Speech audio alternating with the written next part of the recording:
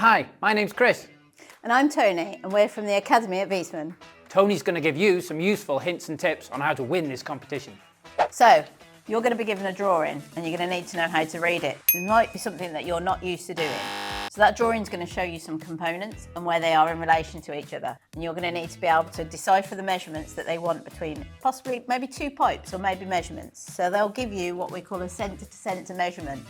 There'll be two lines with an arrow between it with that measurement on there in millimetres. So make sure that you know how to read millimetres on either a rule or a tape measure, depending on how big it is.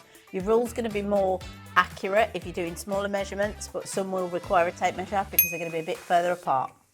Right, soldering. Some important tips for you. What you're going to do, you're going to make sure, first of all, you clean your pipe and clean your fitting. It's really important that you've got clean pipe and fitting, otherwise it's not going to solder properly. Then, important tip as well, don't use too much flux. Only flux the pipe, not the fitting, okay? And make sure to wipe away any excess once you're done. Your solder, 15mm for a 15mm joint, 22mm for each 22mm joint. So just bend over the right amount that you need to do, be it an elbow or a T.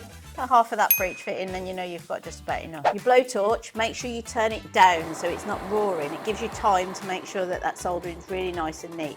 And use the heat of the fitting to melt that solder, not the flame.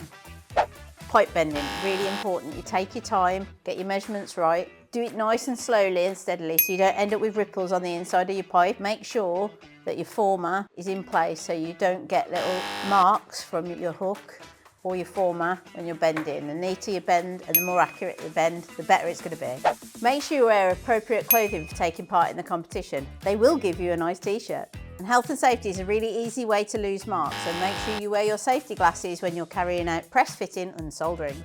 Make sure you use a spirit level.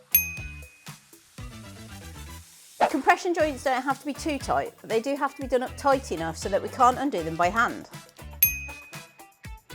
So, a really easy way to lose marks is to not mark your pipe when you're doing your press fitting. Listen to the tutorial that you'll be given at the start of the competition. You've got to remember you are on a time limit, but don't rush. There's no need to finish everything on the drawing. It's designed to be a challenge for you. What you do need to do is make sure that the work that you carry out is accurate and looks good. So hopefully you found this useful. We'll see you there, and good luck. And remember, you can't bribe the judges. Good luck to all the HIP Learner of the Year finalists.